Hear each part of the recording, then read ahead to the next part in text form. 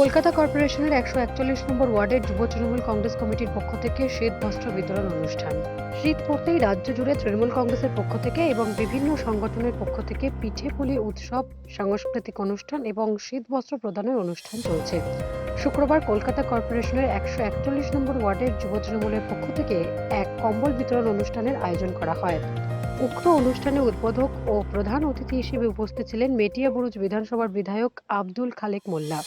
বিশেষ অতিথি হিসেবে উপস্থিত ছিলেন ১৫ নম্বর বড় চেয়ারম্যান রঞ্জিত শীল, ওয়ার্ড প্রেসিডেন্ট খুরশিদ আলম, ১৪১ নম্বর ওয়ার্ডের তৃণমূল নেতা তথা বিশিষ্ট সমাজসেবক গোলাম মোস্তফা মোল্লা, ১৪১ নম্বর ওয়ার্ডের যুব তৃণমূলের সভাপতি সাবির আলম, ১৩৯ নম্বর ওয়ার্ডের পুরপিতা মোস্তাক আহমেদ, ১৩৮ নম্বর ওয়ার্ডের ওয়ার্ড প্রেসিডেন্ট তাবরেজ আলম, যুবনেতা ইরফান আনসারি, এছাড়াও উপস্থিত ছিলেন তৃণমূলের একাধিক নেতৃত্ব ও বিভিন্ন সমাজসেবকরা। এদিন পিছিয়ে পড়া মানুষদের হাতে শীতবস্ত্র তুলে দিয়ে বিধায়ক আব্দুল খালেক মোল্লা বলেন, নমস্কার, আপনারা দেখছেন ডি বাংলা নিউজ। এই মুহূর্তে আমরা ১৪১ নম্বর ওয়ার্ড মেটিয়াবুরুজে পৌঁছে গেছি। তো আমরা যে সুন্দর একটা অনুষ্ঠানে আমরা পেয়েছি, আমরা যাকে তার মাধ্যম দিয়ে আমরা জেনে নেব ওনার পুরো নেতৃত্বে এবং ওনার পুরো সাহায্যে এই কম্বল বিতরণ অনুষ্ঠান চলছে। তো আমরা সবার প্রথমে বিধায়ক স্যারকে আমরা পেয়ে গেছি দুর্নিবার বাংলার পর্দায়। তো ওনার মুখ দিয়ে আমরা জেনে নেব উনি কি বলতে চাইছেন আমাদের এই দুর্নিবার বাংলার পর্দায়। নমস্কার, আজকের এই প্রোগ্রামটা নিয়ে কী বলবেন? আজকে এই ব্যাপারে বলার নতুন করে কিছু নেই। আমাদের সাংসদ অভিষেক ব্যানার্জি প্রত্যেক বছরে শীতে কম্বল আর বর্ষায় ত্রিপল আর পূজার সময় ঈদের সময় নতুন জামাকাপড় দিয়ে থাকে।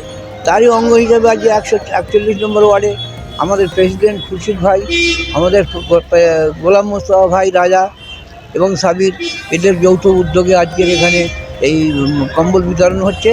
এই অনুষ্ঠানে উপস্থিত হয়েছেন আমাদের ১৩৯ নম্বর ওয়ার্ডের তৃণমূল কংগ্রেসের লড়াকু কাউন্সিলর বাচ্চুদা এবং খুরশিদ ভাই, রাজা, সবাই মিলে আজকের এই কম্বলটা বিতরণ হচ্ছে। সবাই মিলে আজকে এই প্রতিষ্ঠানে আপনারা সাফল্য করে তুলেছেন, এটা আমরা দেখছি। তো সাধারণ মানুষের কাছে কি বার্তা দেবেন?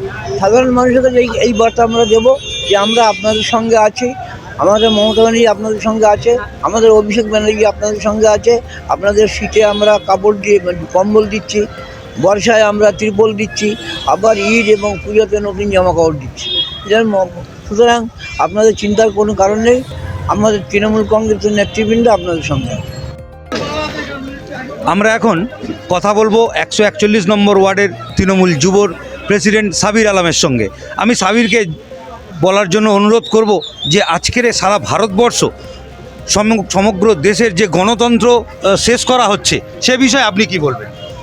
সর্বপ্রথম সবাইকে সালাম নমস্কার জানাই।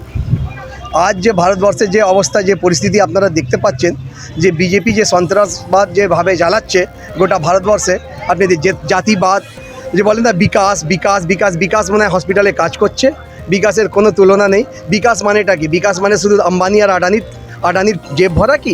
আজ গরিব দুস্থ মানুষদের কাছে ২০০ টাকা রোজ আয় করারই রোজগারের কোনো বিকল্প নেই। সেই কারণে বলছি যে বিজেপি সরকার আর নেই দরকার। যেটা আমাদের জননেত্রী মমতা বন্দ্যোপাধ্যায় যে স্লোগানটা তুলেছেন, আমাদের সেনাপতি অভিষেক বন্দ্যোপাধ্যায়ের নেতৃত্বে আর আমাদের বিধায়ক হাজী আব্দুল খালেক মোল্লার নেতৃত্বে আমরা আজ ১৪১ নম্বর ওয়ার্ড দিয়ে এই কথাটা বার্তা দিতে চাই যে বিজেপি সরকার আর নেই দরকার। আচ্ছা, আমরা সারা ভারতবর্ষে আমরা দেখেছি যে একভাবে গণতন্ত্র হত্যা হচ্ছে এবং ওই সমগ্র একটা মানুষজনকে, যারা আর কি সংখ্যালঘু, তাদেরকে একটু ঠেলে সরিয়ে দেওয়ার চেষ্টা করা হচ্ছে। এটা আমরা এনআরসি বা সিএ এর মাধ্যমে আজকের কিছুদিন আগেই সেটা কেন্দ্র সরকার প্রকাশ করেছে। এ নিয়ে আপনি কি বলবেন? দেখুন, কেন্দ্র সরকার বুঝতে হবে, বিজেপি আরএসএসের পেট দিয়ে জন্ম নিয়েছে বিজেপি। তো আরএসএস পার্টিটাই হচ্ছে যেটা আমাদের ভারতবর্ষে ব্যান্ড ছিল। আজাদির আগে পর্যন্ত ওরা ব্যান্ড ছিল, আজাদির পরেও ব্যান্ড ছিল।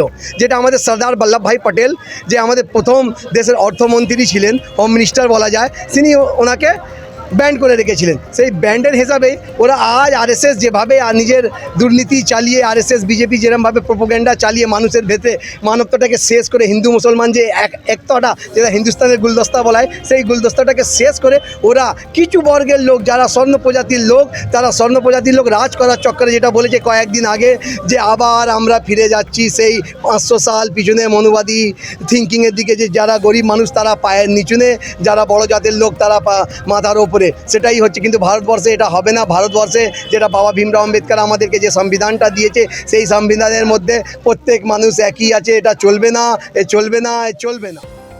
এছাড়াও এদিনের এই বস্ত্র বিতরণ অনুষ্ঠান থেকে তৃণমূলের অন্যান্য নেতৃত্বরা বিভিন্ন রকম সমাজসেবামূলক বক্তব্য রাখেন। ক্যামেরায় স্বপনের সঙ্গে দেবাশিসের রিপোর্ট, দি বাংলা নিউজ মিডিয়া ব্রুজ।